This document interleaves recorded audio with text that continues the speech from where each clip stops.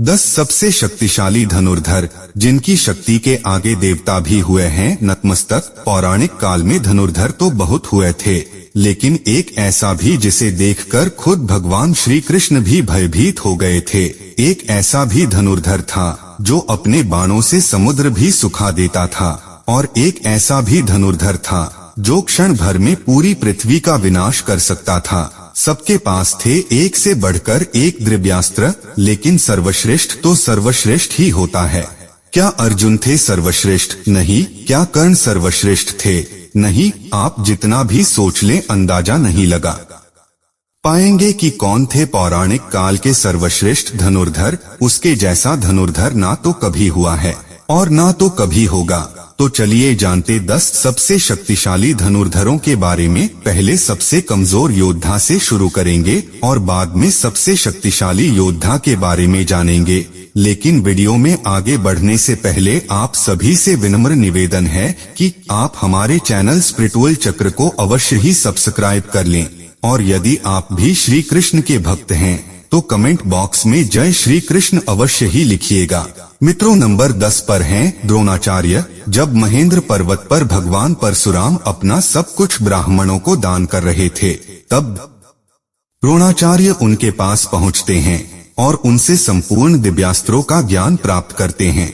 गुरु द्रोणाचार्य ने ही कौरवों और पांडवों को शस्त्र चलाना सिखाया था। महाभारत के युद्ध में भीष्म के बाद गुरु द्रोणाचार्य ने कौरवों के सेनापति बने थे। उन्होंने अपनी रणनीति से पांडवों की सेना का भारी विध्वंस किया था। युद्ध के दौरान द्रोण ने जो चक्रव्यूह बनाया था उसमें फंसकर ही वीर अभिमन्यु मारे गए थे। जब तक उनके हाथ में शस्त्र था उन्हें परास्त करना असंभव था, इसलिए कौरवों ने छल से उन्हें मारने के लिए विवश हो गए थे। नंबर 9 पर हैं अर्जुन। गुरु द्रोणाचार्य की दृष्टि में अर्जुन थे सर्वश्रेष्ठ धनुर्धर। गुरु द्रोणाचार्य ने अर्जुन को अपने सारी शास्त्र विद्या का ज्ञान दिया था। अर्जुन की धनुष की टंकार से ही दुश्मन अधमरे से हो जाते थे। अर्जुन के पास देवताओं के सारे अस्त्र थे, यहाँ तक कि महादेव को प्रसन्न करके अर्जुन ने पाशुपत अस्त्र भी प्राप्त कर लिया था। अर्जुन दोनों हाथों से बाण चला सकते थे, इसलिए उन्हें सब्यसाची कहा जाता था। द्रौपदी स्वयंवर में जहां कर्ण को छोड़कर सारे धनुर्धर विफल हो गए थे, वहीं अर्जुन ने बहुत आसानी से लक्ष्य को भेद दिया था। खांडव वन में अर्जुन ने देवराज इंद्र को भी परास्त कर दिया था। जिन्निवात कवच राक्षस को रावण भी हरा नहीं पाया था, उन्हें अर्जुन ने परास्त कर दिया था। नंबर 8 पर हैं भीष्म। भीष्म गंगा माता के पुत्र थे। उनके गुरु स्वयं भगवान परशुराम थे। एक बार तो अपने गुरु परशुराम से ही भीष्म का युद्ध हो गया था। युद्ध में भीष्म और परशुराम जी एक दूसरे पर महाविनाशकारी अस्त्र शस्त्र चला रहे थे, लेकिन उसका कोई परिणाम नहीं निकल रहा था। आखिर में इस युद्ध को रोकने के लिए देवताओं को आना पड़ा। जब महाभारत का युद्ध शुरू हुआ था तब कौरवों के भीष्म प्रथम सेनापति बने थे। भीष्म के बाणों के आगे पांडव पक्ष का कोई भी योद्धा टिक नहीं पाया। भगवान श्री कृष्ण शस्त्र न उठाने का प्रण लिया था, लेकिन पितामह भीष्म के पराक्रम के आगे श्री कृष्ण को अपनी प्रतिज्ञा तोड़कर शस्त्र उठाने पर विवश होना पड़ा। भीष्म को नियमानुसार युद्ध करके परास्त करना असंभव जैसा था, इसलिए शिखंडी को सामने रखकर अर्जुन ने भीष्म को सरसैया पर सुलाया था। नंबर 7 पर हैं एकलव्य। एकलव्य महाभारत काल के एक श्रेष्ठ धनुर्धर थे। जब गुरु द्रोण के पास एकलव्य शिक्षा के लिए गए थे तो गुरु द्रोणाचार्य ने उन्हें शिक्षा देने से इनकार कर दिया था। इसके बाद द्रोण को गुरु मानकर एकलव्य वन में धनुर्विद्या का अभ्यास करना शुरू कर दिया था।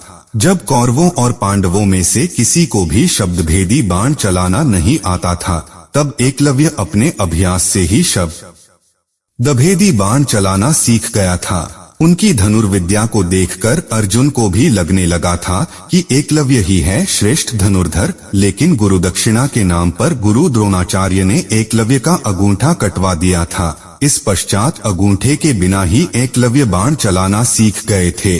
दोस्तों, बिना अंगूठे के बाण चलाने वाला एकलव्य प्रथम योद्धा थे।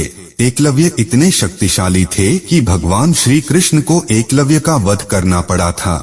एकलव्य के बारे में भगवान श्री कृष्ण ने कहा था, अगर एकलव्य का अंगूठा ना कटा होता तो एकलव्य भगवान परशुराम बनकर जंगलों में घूमता रहता। तब दानव, राक्षस, नाग, देवता कोई भी उसे परास्त नहीं कर पाता। कोई मनुष्य तो उसके सामने खड़ा भी नहीं हो पाता। भगवान श्री कृष्ण ने जिस धनुर्धर की तुलना भगवान परशुराम से किए थे, वह कितना शक्तिशाली रहा होगा ये तो आप सोच ही सकते हैं। नंबर 6 पर हैं बर्बरीक। बर्बरीक घटोत्कच के पुत्र थे। उनके पास 3 बाण ऐसे थे जिसके सहारे वे पल भर में कुरुक्षेत्र को योद्धा विहीन कर सकते थे।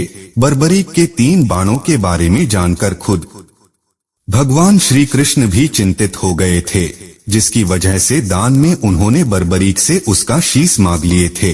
और तब से खाटू श्याम जी के नाम से इस धरती पर बर्बरीक की पूजा होती है। नंबर 5 पर हैं मेघनाद। रावण के पुत्र मेघनाद महावीर थे। अपने पराक्रम से उसने देवताओं को परास्त कर इंद्र को बंदी बना लिया था, जिसके चलते उसका नाम इंद्रजीत पड़ा। उसके पास ब्रह्मास्त्र, वैष्णव अस्त्र और पशुपति अस्त्र, इन तीनों अस्त्रों का ज्ञान था। लक्ष्मण जी से युद्ध के दौरान उसने लक्ष्मण जी पर ब्रह्मास्त्र, वैष्णव अस्त्र और पशुपति अस्त्र चलाया था। लक्ष्मण जी के सामने ब्रह्मास्त्र निस्तेज हो गया था। वैष्णव अस्त्र और पाशुपाती अस्त्र लक्ष्मण जी को प्रणाम करके लौट आए थे, लेकिन युद्ध के दौरान एक समय उसने लक्ष्मण जी को मूर्छित कर दिया था। अपने नागफांस से मेघनाद, भगवान श्री राम और लक्ष्मण जी को मूर्छित कर दिया था। मेघनाद ही रामायण काल का मात्र एक ऐसा योद्धा था जिसे अतिमहारथी कहा जाता है। नंबर 4 पर हैं कर्ण। सूर्यपुत्र कर्ण महाभारत काल के एक ऐसे योद्धा थे जिनके पास ऐसे दिव्य कवच कुंडल थे जिसे किसी भी अस्त्र शस्त्र से भेदा नहीं जा सकता था। इसलिए युद्ध से पहले ही देवराज इंद्र ने छल से कर्ण का कुंडल और कवच छीन लिया था, लेकिन कवच कुंडल के बिना भी कर्ण महाबलशाली थे। युद्ध में जब कर्ण और अर्जुन का आमना सामना हुआ, तब कर्ण ने 11 बार अर्जुन के गांडीव के प्रत्यंचा को काट डाला था। अर्जुन के ब्रह्मास्त्र को कर्ण ने सामान्य बाणों से ही काट डाला था। इस युद्ध के दौरान कर्ण ने अपने सर्पमुख बाण से अर्जुन को लगभग मार ही डाला था। अगर भगवान श्री कृष्ण तब अर्जुन की रक्षा न करते तो अर्जुन कर्ण के हाथों उसी दौरान मारे जाते। जब तक कर्ण के हाथ में शस्त्र था तब तक कर्ण को किसी भी तरह परास्त नहीं किया जा सकता था। इसीलिए जब कर्ण निशस्त्र थे तब अर्जुन को छल से कर्ण का वध करना पड़ा था। नंबर 3 पर हैं लक्ष्मण जी। शेषनाग के अवतार लक्ष्मण जी महापराक्रमी थे। उनकी रेखा में ही इतनी शक्ति थी कि रावण भी उसे पार नहीं कर पाया था। शास्त्रों के अनुसार वे एक श्रेष्ठ धनुर्धर थे। रावण के महाबलशाली पुत्र इंद्र को परास्त करने वाले इंद्रजीत का वध वही कर सकते थे जिसने 14 साल तक सोया ना हो, जिसने 14 साल तक किसी स्त्री का मुख ना देखा हो और जो 14 साल तक भोजन ना किया हो, वो और कोई नहीं लक्ष्मण जी ही थे। और उन्होंने ही मेघनाद का वध किया था। रावण के शक्तिशाली पुत्र अतिकाय का वध भी लक्ष्मण ने ही किया था। युद्ध के दौरान एक बार लक्ष्मण जी ने रावण तक मूर्छित कर दिया था। नंबर 2 पर हैं भगवान श्री राम। भगवान विष्णु के अवतार, मर्यादा पुरुषोत्तम महावीर श्री राम की शक्ति का कोई अंत नहीं था। स्वयंवर में जब वे शिवधनुष की प्रत्यंचा चढ़ाने गए थे तब उनकी शक्ति से शिवधनुष टूट गई थी। ऐसा कोई अस्त्र नहीं था जो प्रभु श्री राम के पास नहीं हो। जब समुद्र ने लंका जाने के लिए श्री राम को मार्ग नहीं दिया, तब उन्होंने अपने बाणों से ही समुद्र को सुखाने का विचार किया।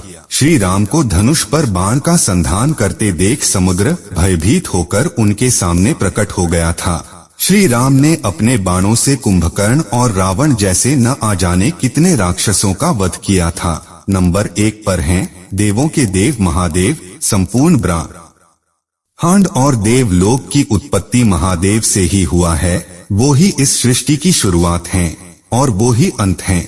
उनकी शक्ति अनंत है। वो पल भर में ही किसी का विनाश कर सकते हैं, इसलिए वो ही सर्वश्रेष्ठ हैं। अगर आप महादेव को सच्चे दिल से चाहते हैं तो कमेंट बॉक्स में हर हर महादेव जरूर लिखिएगा। और आपके अनुसार सर्वश्रेष्ठ धनुर्धर कौन है, कमेंट कर